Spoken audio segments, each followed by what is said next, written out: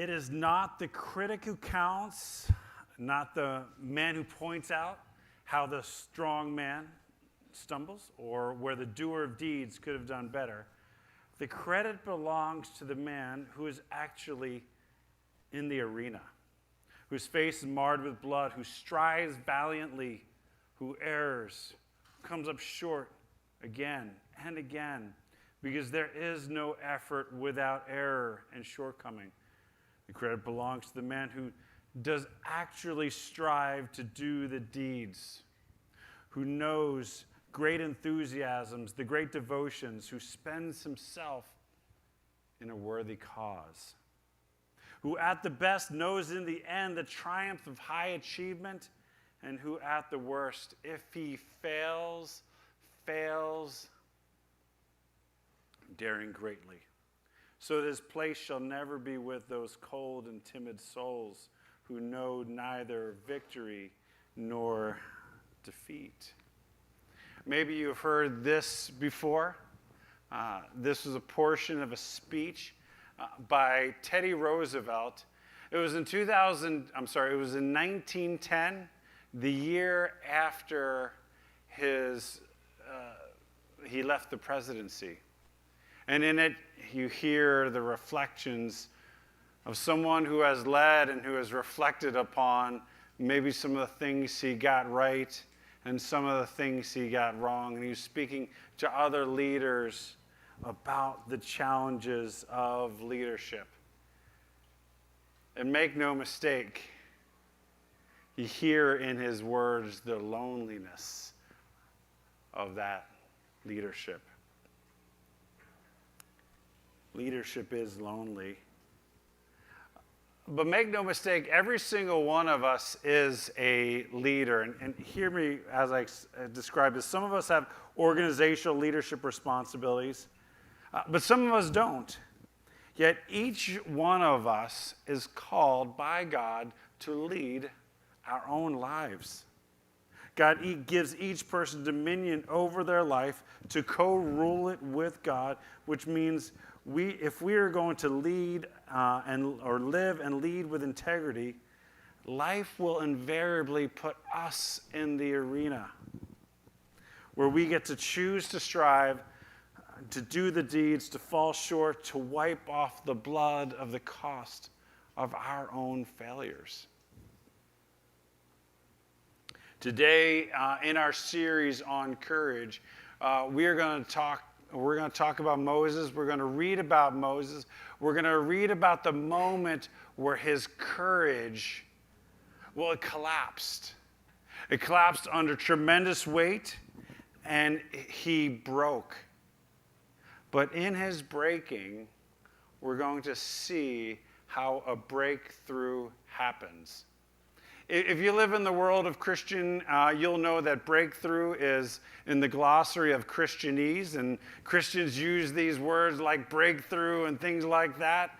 And everyone's got a different idea of what it means. For me, most of my life, I just assumed, when I became a Christian in college, and I just assumed that there's going to be this time where I got to the plateau, where I figured it out, where I got it all together. And like temptation was no longer going to be a thing, and I'm not going to struggle with hard decisions, and like things will just kind of get easy, like everybody else's life was easy, right? I had this idea that you just kind of had to continue to work, and then all of a sudden there's this plateau, and and I'd have it easy like everybody else.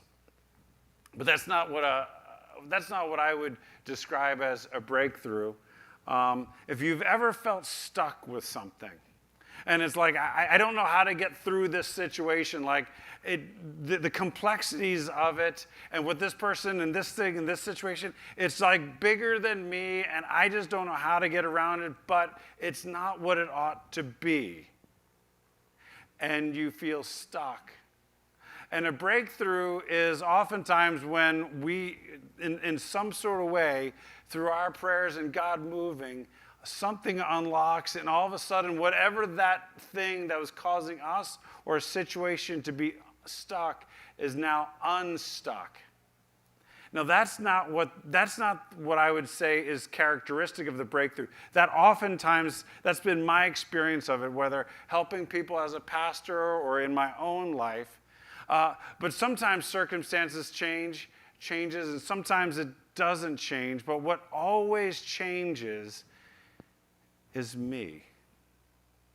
The characteristic that I would describe as a breakthrough is when the fruit of the Spirit starts happening in my life. When the Spirit of God works in a situation, he leaves the residue.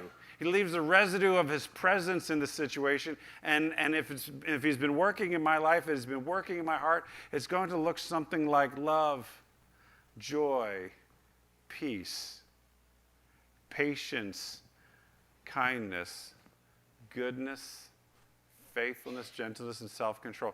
Those sorts of things in me, in particular, peace is the residue of God working and breaking through. And so as we're going to read and we're going to look at Moses' breaking that leads to a breakthrough. And as you read that, maybe you're going to think of a situation where you might find yourself or a situation stuck. All right, so we've been reading the life of Moses, and most of it's been in the book of Exodus. We're jumping to the book of Numbers, which is the fourth book of the Bible. Oftentimes, people find it quite boring. The first 9 chapters are. But then it gets really interesting, particularly when it comes to Moses' life. And this is about a year into Moses' leadership of the people of God. He said, "Let my people go." There's the plagues. There's the Red Sea. There's this country, this tribe, the Amalekites, who attacked them. And then he gets the 10 Commandments. Along the way, Moses has taught the people to learn to live with the manna that God is providing for them. But they get to the point where they're so sick of the manna, and they are just grumbling and they're complaining, and it just seems like everybody is standing outside their tent, just grumbling and complaining about everything that they're miserable about. And Moses is done. Picking up from Numbers chapter 11. Moses heard the people of every family wailing at the entrance to their tents. The Lord became exceedingly angry, and Moses was troubled. And he asked the Lord, "Why have you brought this trouble on your servant?" Referring to himself. "What have I done to displease you that you put the burden of all these people on me? Did I conceive all these people? Did I give them birth?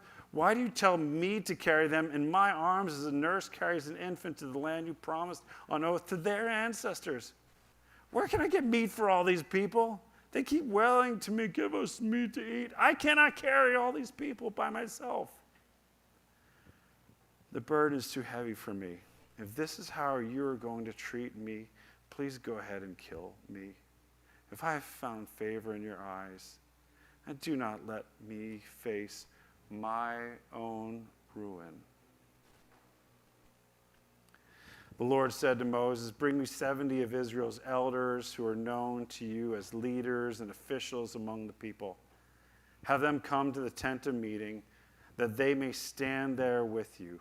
I will come down and speak with you there, and I will take some of the power of the Spirit that is on you and put it on them. They will share the burden of the people with you, so that you will not have to carry it alone." So we're going to walk through this story with 4 words. The first word is this. It's the weight. Moses breaks under the weight of leadership. Leadership, as we've noted, is lonely, and though each of us must build community to help us bear that weight, there's certain things that is going to come to each of us that we cannot give to another person. Grieving is one of those things. Pain is one of those things. As we look for support and the wisest among us are going to process it in a healthy way, it's something that we are often going to have to deal with personally. Personal failure and achievement is something that we must manage within our own character. And yes, we need to have the right people around us to protect us. But we get to choose our thoughts. It's an important thing to recognize. Our thoughts don't happen to us. We get to choose our thoughts. We get to choose whether we are going to have supportive people in our lives. And we get to choose those things, even though those things that come to us as individuals can be weighty. Every single day, it's been the tradition for generations that the President of the United States has a security briefing. It's one of the first things that happens in his day, and there's a team of specialists that come and they prepare this report, and the report is read to the President of all the security threats against the United States. And one of the best things that happens each day is that the president doesn't go to a press conference and read that to everybody. Because if we knew everything that could threaten us, we would be totally freaked out, right? We'd totally freaked out. Andy Crouch calls that hidden vulnerability. When you are a leader, you know better than anyone else in your organization, whatever you lead, whether it's your family, whether it's your own life, you know all of the vulnerabilities. Each of us knows more, we know better than anyone else what we are tempted by. We know our pain. We know our bad patterns. We know our vulnerabilities. If you're a leader, you know the vulnerabilities of the organization, and you can't just spread it out there and tell everybody. It wouldn't be good for the organization. It wouldn't be good for the people you follow. You have to bear that hidden vulnerability. That's why leadership is so often lonely. And invariably, whether it's in our life or our leadership, each of us are going to have a year like Moses, with great victories, great enthusiasms, great devotions, and errors, and defeats, and failures. And these things will deplete us, and courage will collapse. Not because of one huge blow, but it's usually just one more thing, right? Have you ever had like that emotional outburst at something that was totally in disproportion from what it was? It wasn't because that thing was that big. It wasn't because that one thing. It was because it was one more thing. And that is what happened to Moses. It was one more thing. And over that year of bearing all this leadership on his own, of the great victories and the great errors and failures, his thoughts got darkened more and more and more. If you noticed his prayer to God, just about everything he said was wrong. I don't know if you've gotten into a dark place like this. I have, and invariably we all will, but when we're in that dark place, we're going to make the same mistakes as Moses. Moses mistook himself for God. He said, "Why did you tell me to carry them in my arms? Where can I get meat for all these people? Why have you done all this?" Moses placed the responsibilities of God upon himself. Maybe you've done that. Only God can feed those people. Do you ever indulge condemning thoughts about yourself around outcomes that you never even had control over?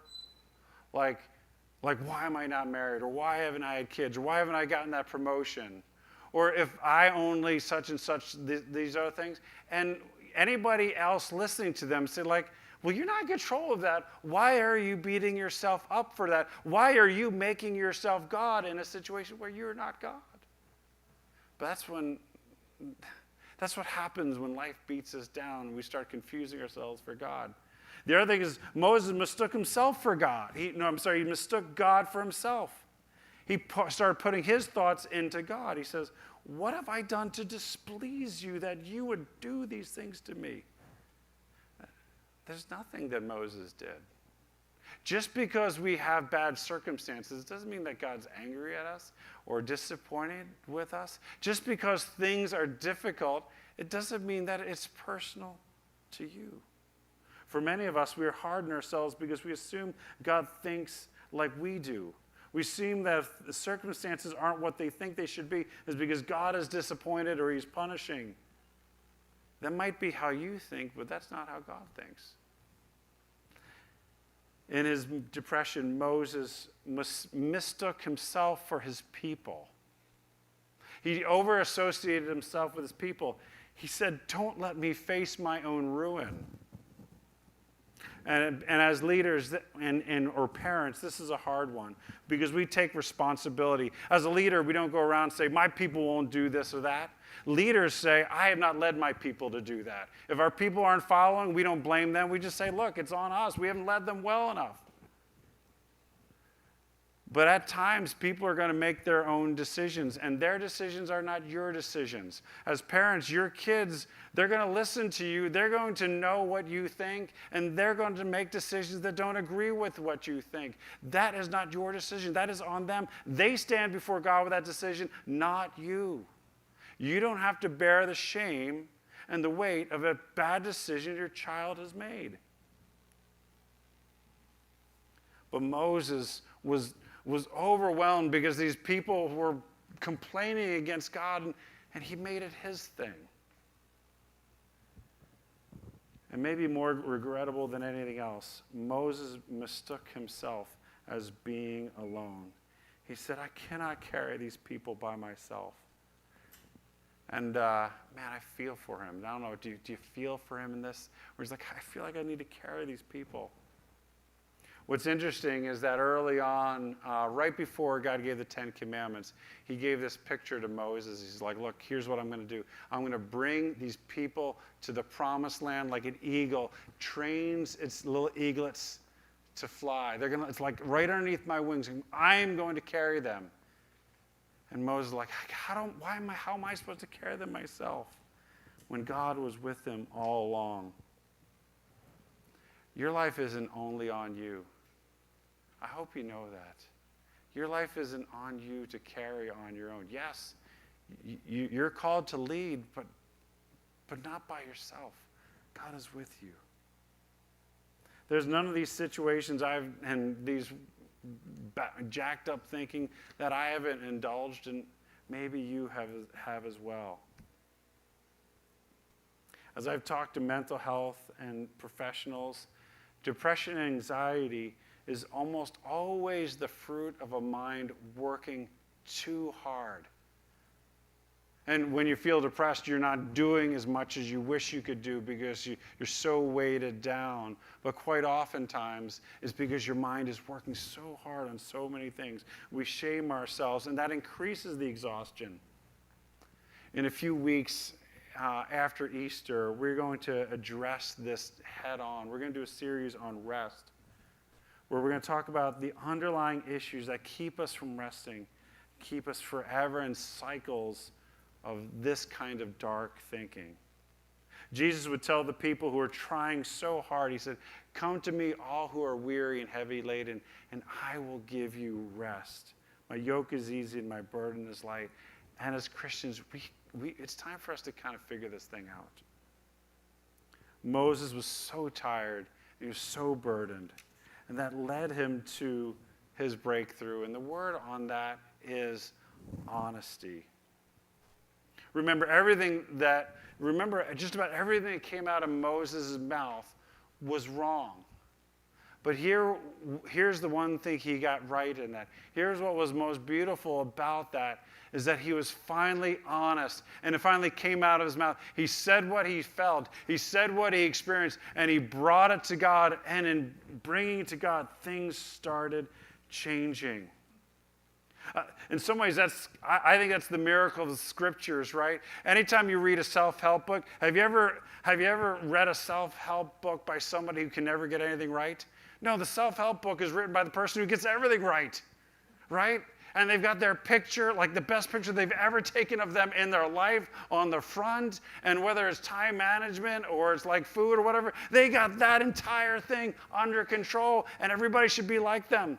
The scriptures are entirely different. Just about every single one of them. You would never put their picture on the front because they make mistakes. None of the heroes end up being fully heroic. God is the true hero of the scriptures, and it's utterly different than any ancient text or even modern vision of how life ought to be.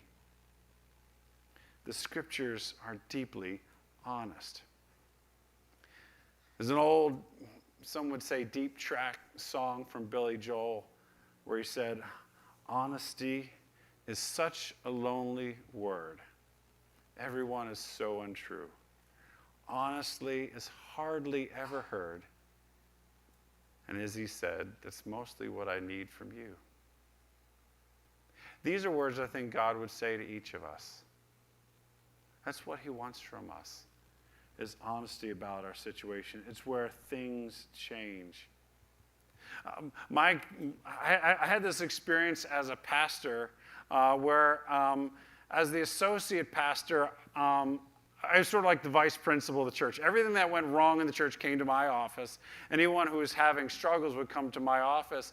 And early on, I would come up with these actually really, really good plans. I'm like, all right, here's the situation for you, and here's the situation for you. We're going to have these people, and you're going to do this, and you can do this, and you can take this steps and this steps. And these were good plans. My bosses would be like, these are great. This is really good. And they would never work, right? They would never work. Here's the thing. The people who came to my office, they knew what they needed to do. They didn't need me to say it in more specifics. They knew what they needed to do. They just didn't have the strength and the support to do it. And all I did was I said, hey, let me tell you more clearly what you should be doing and not doing. It wasn't that they didn't know what to do. They just didn't have the support to do it. And I came across a verse written by the Apostle Paul where he said, have nothing to do with the fruitless deeds of darkness. Rather, expose them. If somebody's struggling, you don't have to kind of protect them in the dark. Just bring things to light. Once things come to light, we have the right emotional response to it. A lot of times when things are hidden or whatever, we either think they're bigger than they are or we think that they're smaller than they are. But once they come out in the light, we tend to know what to do about them. We tend to get the support we need from them. And this is where the truth of the gospel comes. If we know that there's nothing we could do that can make God love us more, and there's nothing we could do to make God love us less, we can trust him with whatever might be in the dark, whatever might be hidden. If it came to light, he could handle it. We can be honest with God, and it'll be okay. In fact, once we get honest with God, things can start to change. Not only does God want to show us forgiveness, he wants us to release us from the burden of the shame of the life we built. He wants to not just forgive us, but heal us. So Moses feels the weight, then he gets honest, and then the third word is this. There's a movement. We see God moving. Now remember, I've said this already, Moses, everything that came out of his mouth in that prayer was wrong. I don't know if you've been with somebody who's in a really dark space and everything they say is wrong. And if you're like me, you're like, well, if I would just correct them and if they could think like me, they'd fix their lives, right? So I've spent more time trying to correct people in their wrong thinking in the most unhelpful ways than I'd like to admit. So, all right, but that's not what God does. God actually just starts acting. He says, Moses, this is what I want you to do. He doesn't even respond to Moses in his despair. There's like not even a word about what Moses said. He says, Moses, go get 70 people. Go get 70 leaders, get some credible people. He tells Moses to go do something. Moses gets something to do, and at least that gets him out of his rut, right? So he goes and gets 70 people, and what God is going to do is he's going to relieve the burden on Moses. But once God moves, what invariably gets involved in that whole situation is a surrender. Because Moses is going to have to go to 70 people and say the words that no leader ever wants to say. He needs to say, I need help. He's going to say, I need help. And he's going to bring these people together to get some help. And all of a sudden, things are going to change.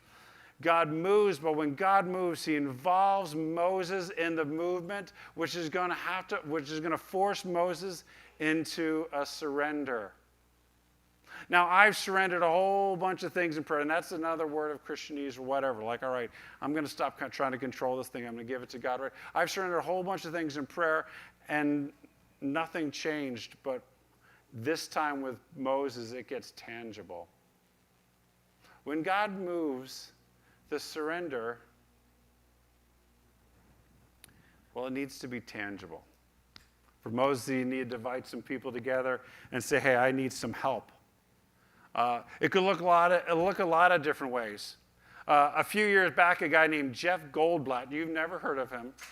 I don't think you've heard of him. He was having a hard time getting over the breakup with his ex-girlfriend. And he was struggling with it. And so he decided, like you do, that he's going to coin a new national day. He called it National Get Over It Day. And so, in fact, National Get Over It Day is next Saturday. He decided the National Get Over It Day is going to be on the day halfway between Valentine's Day and Easter, which is not actually a bad idea, right?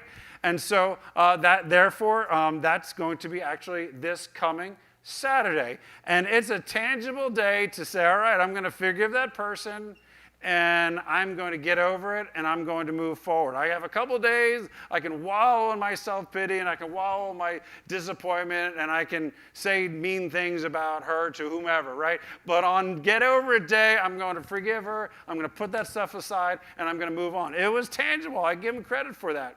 Now, what you also know, at least this year for National Get Over It Day, it's also National Meatball Day. It's also National Napping Day, and it's also Purim. All right, if you didn't know Purim, that's a Hebrew holiday out of the book of Esther. So what I'm going to suggest to you is next Saturday, you forgive the people in your life, go have a meatball and fall asleep on your couch reading the Old Testament. All right, and then you can get over it, right? But if nothing else, it's tangible. And this is courage when we can release control. Releasing control over those outcomes. Once we release the control of the outcomes and we're not holding things to ourselves, we release the outcomes to God, and all of a sudden what gets replaced with our sense of control is our trust in God's control. When we get trust in God's control, we then begin experiencing the fruit of the Spirit: love, joy, peace. When you came in here, you got what I think you hoped were raffle tickets, right? It might look like this, right? And you're like, oh, good, what are we going to win? Sorry, no gambling today. But what it does say on this is it says admit one. Yesterday, my son and I each got one of these when we went to the Westchester University basketball game. And then there's this wall that we were not going to get through to get in unless we gave the ticket that said admit one. We weren't going to get through that wall unless we gave them this ticket. In the Christian life, so often, that's exactly how it works. Until we admit, we don't get in.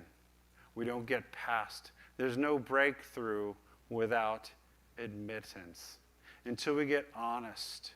Until we have the courage to get honest with God and with other people and admit, hey, I need some help. There's no breakthrough. It's only self-sufficiency. So I didn't just give you one. I gave you a whole bunch of them because the Christian life is a series of admitting. It's a series of getting honest, like this isn't going to work. I'm not going to have enough. I am not going to be sufficient for this situation.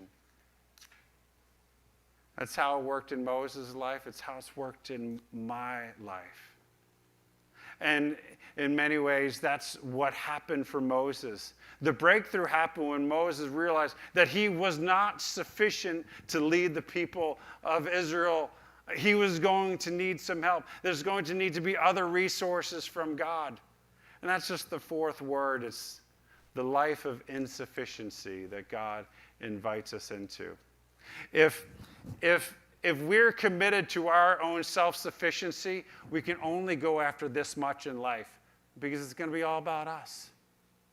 But if our life isn't about God, we can open up our hands, and who knows what God might admit us into once we allow him to be the one who is sufficient.